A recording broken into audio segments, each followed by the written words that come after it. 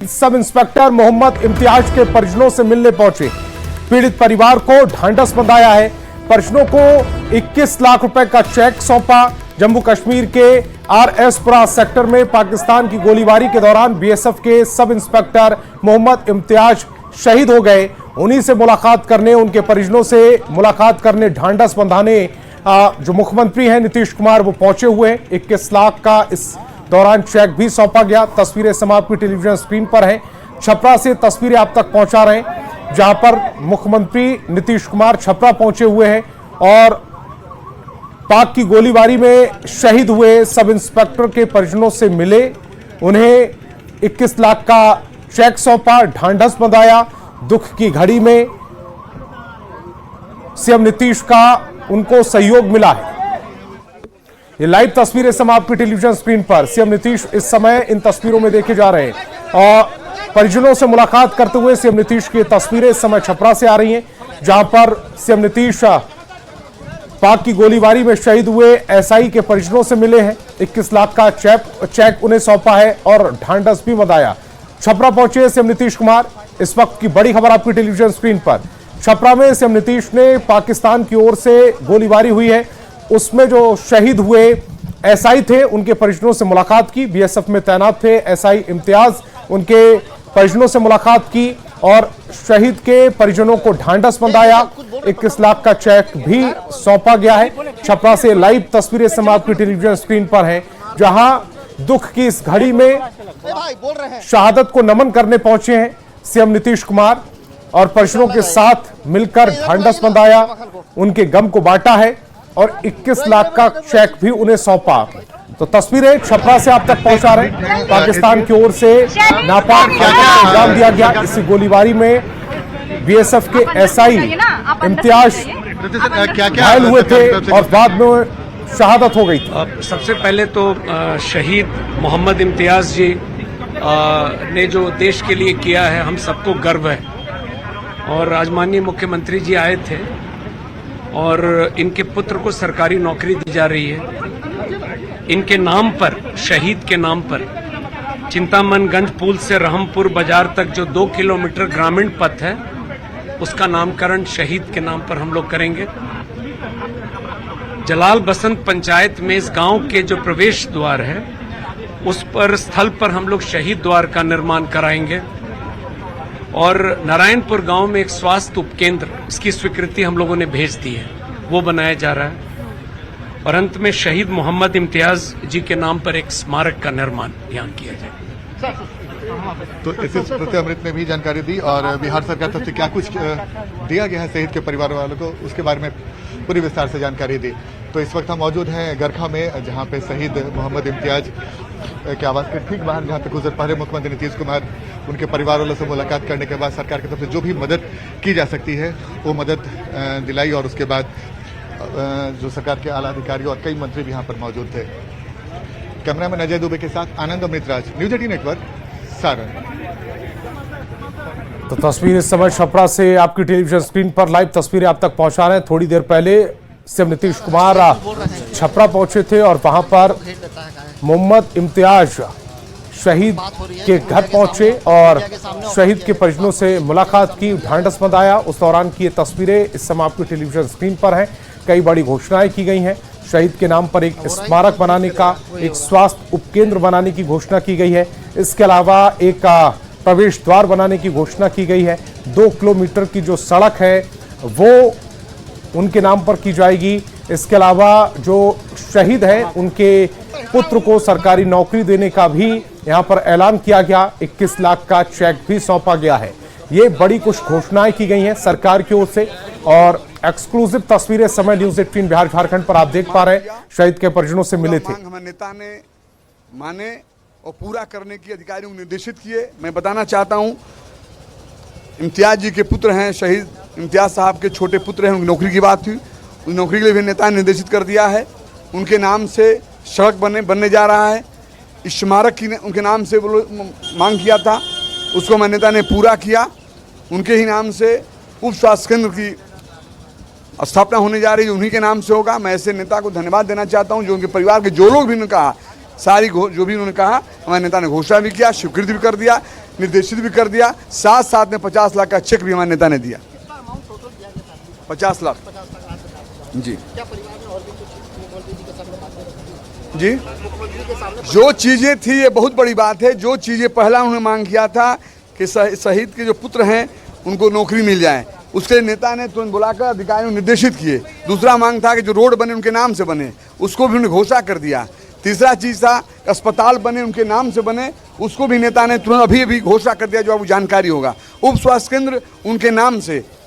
तो जो भी मांगे उनकी 3, 4, 5 मांगे थी, सारा का सारा मांग हमारे नेता ने अभी तुरंत पूरा कर दिया।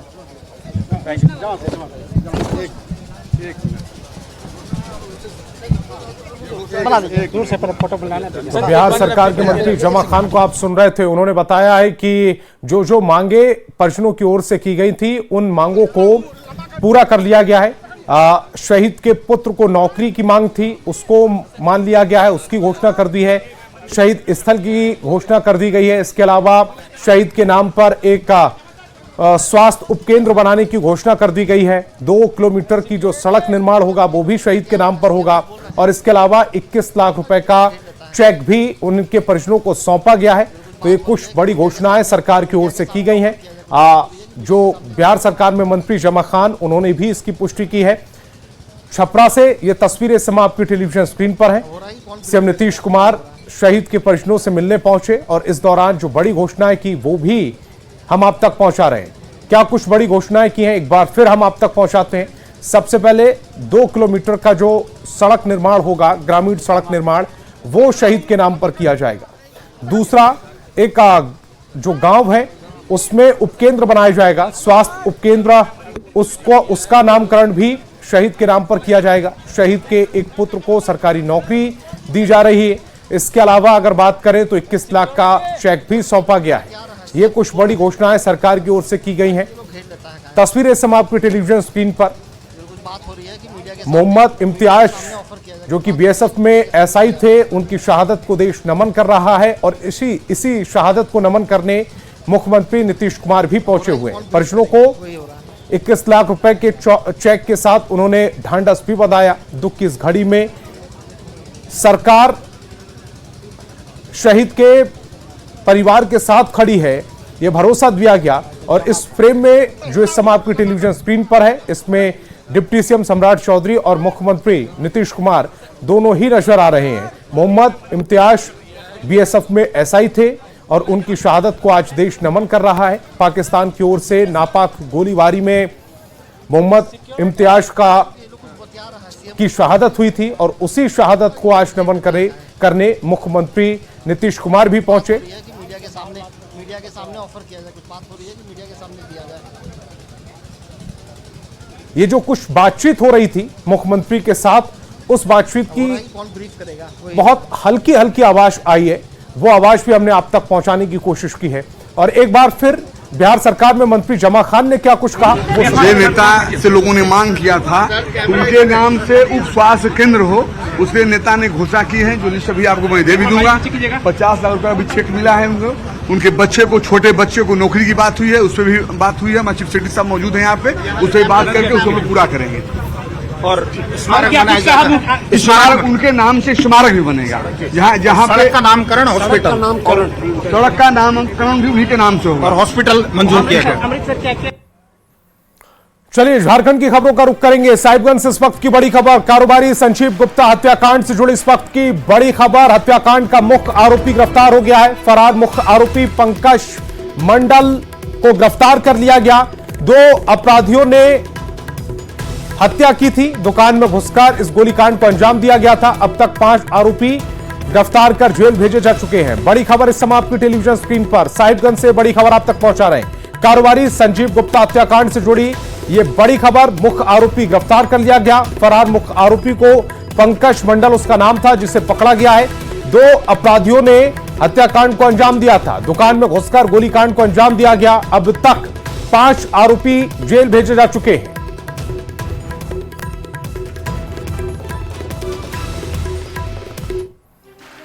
और इसी बीच रामगढ़ से भी बड़ी खबर आ रही है। पतरातू में पेट्रोल पंप में चोरी से जुड़ी इस वक्त की बड़ी खबर। 4,80,000 रुपए की चोरी हुई थी। 3 चोरों को गिरफ्तार किया गया। मुख्य सरगना के साथ 2 नाबालिग भी पकड़े गए हैं। 10 मई को पेट्रोल पंप में ये चोरी हुई थी। कैश के साथ दूसरे सामान चोरी कर लिए गए थे। बड़ी खबर रामगढ़ से इस समय आपकी टेलीविजन स्क्रीन पर, जहां पतरातू के पेट्रोल पंपों में 4,80,000 रुपए की चोरी हुई थी। 3 चोरों को गिरफ्तार किया गया है। मुख्य सरगना के साथ 2 नाबालिग गिरफ्तार किए गए हैं। 10 मई की यह पूरी घटना जब पेट्रोल पंप पर चोरी की गई थी। के बाद इस केस में हमने 3 अभियुक्तों को गिरफ्तार किया गया, जिसमें एक अभियुक्त का नाम जितेंद्र साहब है, जिसकी उम्र 41 वर्ष है और वो शाह कॉलोनी पतरातू का रहने वाला है। इसके अलावा 2 अभियुक्त और हैं, परंतु वो जो 2 अभियुक्त हैं वो जुवेनाइल है, अर्थात विधि विरुद्ध किशोर है, तो उन्हें बाल सुधार गृह भेजा जा रहा है। और जो एक अभियुक्त है जितेंद्र साहब, उन्हें न्यायिक हिरासत में भेजा जा रहा है। और कोडरमा से बड़ी खबर मिल रही है। हाथी ने कुचलकर शख्स की जान ले ली है, यानी कि हाथी का आतंक लगातार देखा जा रहा है। एक शख्स की जान भी चली गई। शादी समारोह से लौट रहा था वासुदेव यादव, जब हाथी ने उस पर अटैक कर दिया। बेटे और भाई की बाल बाज जान बच गई है। रेलवे ट्रैक के पास हाथी ने हमला किया था। वन विभाग ने मुआवजा राशि दी है। हाथी के हमले से इलाके में दहशत का माहौल है। कुछ तस्वीरें भी इस समय आपकी टेलीविजन स्क्रीन पर है। लेकिन हाथी ने जिस शख्स को कुचला है वो शादी समारोह से लौट रहा था, वासुदेव यादव उसका नाम। बेटे और भाई की जान बच गई है। रेलवे ट्रैक के पास हाथी ने अचानक से हमला कर दिया। वन विभाग ने मुआवजे की राशि दी है। हाथी के हमले से इलाके में दहशत का माहौल है। और खबर धनबाद से, जहां के बीआईटी सिंदरी कैंपस में रैंगिंग का विरोध करने पर मारपीट की गई है, जिसमें कई जूनियर छात्र घायल हो गए। मारपीट का आरोप सीनियर छात्रों पर लगा। इस घटना के बाद बीआईटी सिंदरी कैंपस के जूनियर छात्र डरे हुए हैं। उपद्रवी सीनियर छात्रों पर कैंपस में तोड़फोड़ का भी आरोप लग रहा है। आरोप है कि जब हंगामा हो रहा था तब बीआईटी सिंदरी प्रबंधन के लोग मूक दर्शक बने हुए थे। डर से कई छात्र हॉस्टल छोड़कर भाग गए हैं। फिलहाल पुलिस इस मामले की जांच कर रही है, देखरेख कर रही है। तो ये तस्वीरें भी इस समय आपकी टेलीविजन स्क्रीन पर, ये हंगामा हुआ था रैगिंग के नाम पर जब मारपीट की गई थी, उस दौरान की ये तस्वीरें हैं। कुछ लोग दहशत में भी है। ये देखिए तस्वीरें। उसके बाद किस तरह से आक्रोश बढ़ा, वाहनों में तोड़फोड़ की गई है, लोगों के हाथों में रॉड नजर आ रही है। ये छात्र हैं, पढ़ने वाले छात्र हैं, बीआईटी सिंदरी कैंपस के छात्र हैं, लेकिन इनका बर्ताव देखिए किस तरह से सीनियर छात्रों ने जूनियर्स के साथ बदतमीजी की। इतना में बाहर से लड़का नो आया और सबको मारने लगा। और मारते मारते इतना सबको मारने लगा कि सब पैनिक हो गया, पता नहीं चला कहाँ भागेंगे। तो हाँ, टेबल चेयर जो मैच में रखा रहता वो चेयर पूरा फेंक दिया, फेंक के पूरा तोड़ दिया। फिर बाहर पाइप फाइबर एल्यूमिनियम का जो रहता है पाइप, वो सब लेके। और खबर रामगढ़ से, जहां पतरातू पुलिस ने नाबालिग से रेप के 2 आरोपियों को गिरफ्तार कर जेल भेज दिया है। भीम उराव और सरबिंद उराव ने 9 मई को शादी समारोह से आई नाबालिग को बैला फुसलाकर जंगल ले जाकर रेप किया था।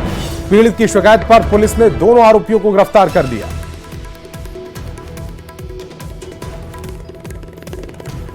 तो 2 आरोपी अब पुलिस के शिकंजे में है, जेल भेज दिया गया है। दोनों रेप के आरोपी हैं। 9 मई की यह पूरी घटना है, जहां नाबालिग के साथ गैंगरेप की घटना को अंजाम दिया गया था। पीड़ित की शिकायत के बाद आरोपी को गिरफ्तार किया गया। अब उन्हें जेल भेज दिया गया है। बड़ी खबर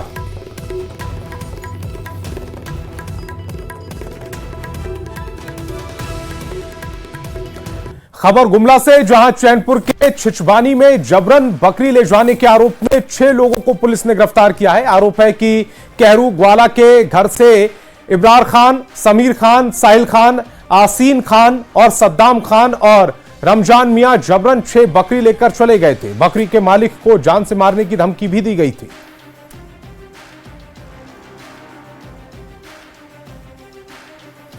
खबर रांची से, जहां सेल सिटी सोसाइटी में सड़क किनारे खड़ी कार में आग लग गई। कार में कोई सवार नहीं था। सोसाइटी के गार्ड ने आग बुझाने की कोशिश की, लेकिन तब तक कार जलकर खाक हो गई। कार में किसी ने आग लगाई या तकनीक की वजह से आग लगी है, इसका अभी तक पता नहीं चल पाया।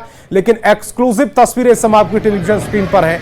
कार किस तरह से बीच सड़क पर आग का गोला बनी हुई है, देख पा रहे होंगे, जिसके कारण आसपास अफरा तफरी का माहौल था। कार में कोई सवार नहीं था, कार खड़ी हुई थी। अब सवाल यह उठता है कि कार में आग लगाई गई है या अचानक से आग लगी है। अब इसकी जांच की जा रही है। और राजधानी रांची में सिरमटोली फ्लाईओवर रैंप विवाद अब राज्य के स्तर से निकलकर राष्ट्रीय स्तर तक चला गया है। मामले को लेकर केंद्रीय अनुसूचित जनजाति आयोग ने पहल की है। सरना समितियों की शिकायत पर संज्ञान लेते हुए आयोग ने स्थल का निरीक्षण किया। इस दौरान केंद्रीय अनुसूचित आयोग ने चीजों पर आपत्ति जताई है। आदिवासी नेत्री गीताश्री उरांव ने उम्मीद जताई है कि आयोग की टीम आदिवासी हितों का ख्याल रखेगी। केंद्रीय अनुसूचित जनजाति आयोग की सदस्य आशा लकड़ा ने कहा है कि जब तक सरकार के अधिकारियों के साथ बैठक नहीं होती तब तक फ्लाईओवर का ना तो काम होगा और ना ही उद्घाटन। आयोग के रुख से लगता है कि सभी सिरमटोली फ्लाईओवर के लिए इंतजार करना पड़ सकता है।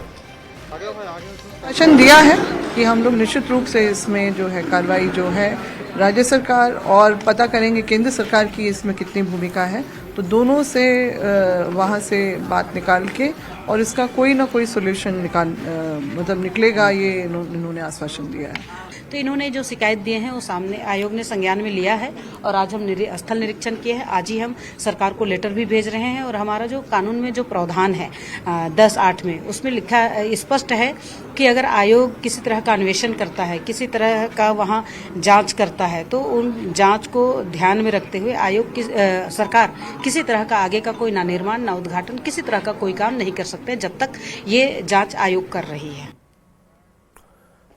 और झारखंड के सबसे बड़े अस्पताल रिम्स में बिजली कटने की समस्या आम हो गई है। ट्रामा सेंटर में भी बिजली कट रही है, लो वोल्टेज के कारण बिजली कट रही है। हालांकि रिम्स प्रबंधन का कहना है कि समस्या के समाधान की कोशिश हो रही है। बार बार बिजली कटने से आईसीयू में भी अंधेरा हो जाता है, जिसका असर मरीजों के इलाज में पड़ रहा है।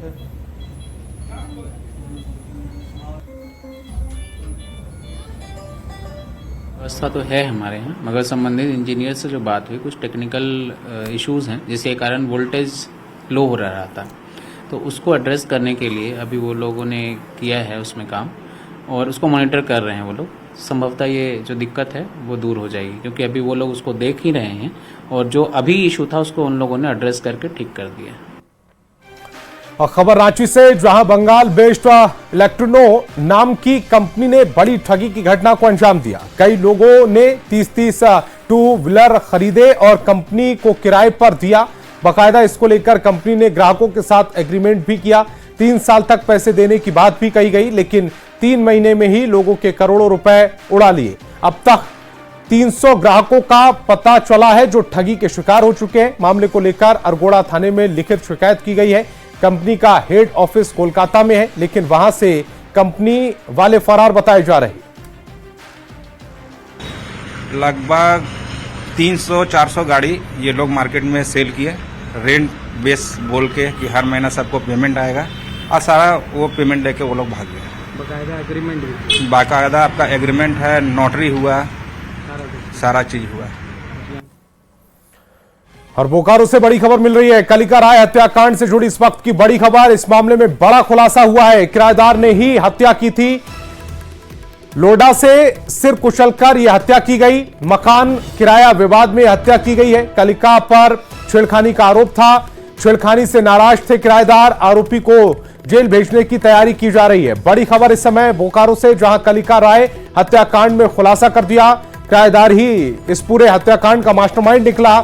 मकान किराया विवाद से में यह हत्या की गई। कलिका पर छेड़खानी का भी आरोप था। छेड़खानी से नाराज किराएदार ने हत्या की है। आरोपी को जेल भेजने की तैयारी है। यह पाया गया कि वहां पे एक व्यक्ति हैं जिनका घर विगत 4-5 दिनों से खाली था। उनके बेटे एक साथ में रहते थे, जो किसी एडमिशन के बच्चे के एडमिशन के लिए वो बाहर गए हुए थे और वो अकेले ही थे पिछले 3-4 दिनों से। तो बंद था कमरा। उसमें जो घटना का जो प्रथम दृष्टया ही देखने से प्रतीत हुआ कि एक हत्या का मामला है। इसमें संलिप्तता है जो मुख्य अभियुक्त का, वो है रूना देवी। उम्र इनका तकरीबन 60 वर्ष है। पति नवल ठाकुर, वो सेम उसी बिल्डिंग में ही रहती थी ऊपर में और भाड़ेदार के रूप में रह रही थी। इसमें भाड़ेदार के रूप में, और उनका काफ़ी दिनों से भाड़ा का बकाया भी चल रहा था, जिस बकाया को लेकर के बराबर जो मृतक हैं उनके द्वारा उसका मांग की। और खबर जामताड़ा से है, जहां नारायणपुर प्रखंड में मदनाडीह पंचायत का जादूडीह गांव आज भी सड़क और पुल जैसी बुनियादी सुविधाओं से वंचित है। वर्षों से पुल की मांग अब तक अधूरी है। बरसात का मौसम आते ही लोगों का संपर्क टूट जाता है, लोग जान जोखिम में डालकर नदी पार करते हैं। जादूपुर में धर्मपुर की दूरी 200 मीटर है, लेकिन पुल नहीं होने की वजह से 7 किलोमीटर घूमकर जाने को मजबूर है। लोगों ने पुल निर्माण की मांग की, साथ ही पुल नहीं बनने पर आंदोलन की चेतावनी दी।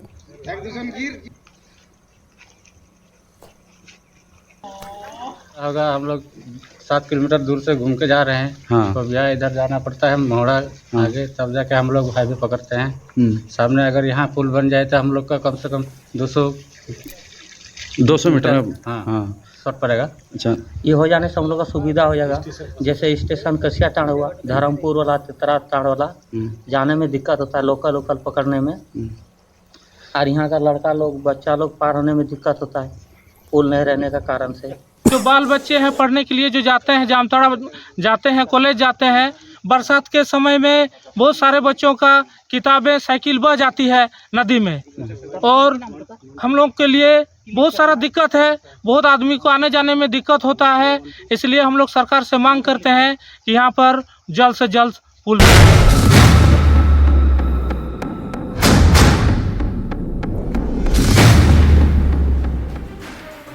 और राजधानी रांची में पीने के पानी का संकट गहराता ही जा रहा है। स्वर्ण जयंती नगर में चापाकल और बोरिंग से पानी नहीं निकलता। यहां के लोग टैंकर के भरोसे हैं। घंटों कतार में खड़े रहने के बाद भी पानी नहीं मिलता।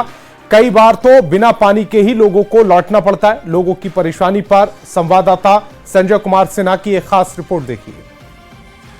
राजधानी रांची गर्मी की तपिश झेल रही है, और ऐसे में राजधानी रांची के तमाम वार्डों में जिस तरीके से पेयजल की किल्लत हो रही है, उसका एक नजारा हम आपको दिखलाते हैं। हम इस समय राजधानी रांची के वार्ड नंबर 28 में हैं, और मोहल्ले का नाम है स्वर्ण जयंती नगर। साईं बिहार कॉलोनी भी इसी में आता है, और आप यहाँ पर देख सकते हैं कि नगर निगम की एक टैंकर यहाँ पहुंचा है, और टैंकर में पानी भरने के लिए किस तरीके से बर्तन का रेला लगा है, और तमाम लोग यहाँ पहुंचे हुए हैं, और तमाम लोग यहाँ पर अपनी अपनी बाल्टी को लेकर यहाँ पर आए हैं, और सभी लोग देख सकते हैं कि यहाँ पर अपनी अपनी बाल्टी भर रहे हैं। पानी का नगर निगम से जो सप्लाई मिलती है कि नहीं, वो सप्लाई जरूरत के हिसाब से बहुत कम पड़ता है, जिसका नतीजा क्या होता है कि आदमी को रोज दिहाड़ी मजदूरी करने वाले व्यक्ति हैं, पानी के जोगार में एक तो दिहाड़ी छूट जाती है, और जब गाड़ी भी आती है तो मोहल्ले के आदमी अपने आप में लड़ना शुरू कर देते हैं। क्या करें, नहीं मिलता है तो आधा मिलता है, 4-5 में मिलता है, लेके आते हैं सही में, लेकिन मिलता है नहीं।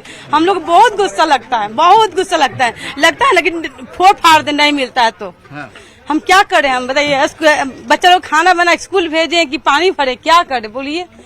हम लोग इतना झेलना पड़ता है तकलीफ पानी का, तो हम बता नहीं सकते। घर में कनेक्शन नहीं है? नहीं, हम लोग के पास पानी की व्यवस्था एकदम बिल्कुल नहीं है। एक टैंकर पानी आता है, लोगों में आपसी आक्रोश बहुत बढ़ जा रहा है। लोग एक टैंकर पानी में पूर्ण रूप से इस गली में, क्योंकि सरकारी बोरिंग फेल है, प्राइवेट घर का बोरिंग फेल है, तो हम भी आप लोग के माध्यम से डिमांड करते हैं कि एक टैंकर में हमारे इस स्वर्ण जयंती नगर में पूरा संपूर्ण रूप से पानी घर घर नहीं पहुंच। ये नजारा जो है राजधानी रांची के वार्ड नंबर 28 का, ये नजारा, बर्तन की संख्या कम से कम यहाँ पर 100 से 120 बर्तन है। नगर निगम का जो टैंकर पहुंचा है, कर्मचारी पानी भर रहे हैं, और ऐसी स्थिति में कहते हैं कि पानी अगर घर में आता हो तो समझ आइए घर में रिश्ते भी अच्छे होते हैं, लेकिन अगर घर में पानी नहीं आता हो तो समझ आइए रिश्ते भी आसपास, घर के अंदर, मोहल्ले टोले, सभी से रिश्ते भी खराब होने लगते हैं। और यही नजारा राजधानी रांची के तमाम वार्डों में कमोबेश देखने को मिल रहा है। कैमरामैन संत के साथ संजय कुमार सिन्हा, न्यूज़ 18 रांची। तो इस बुलेटिन में फिलहाल इतना ही। आप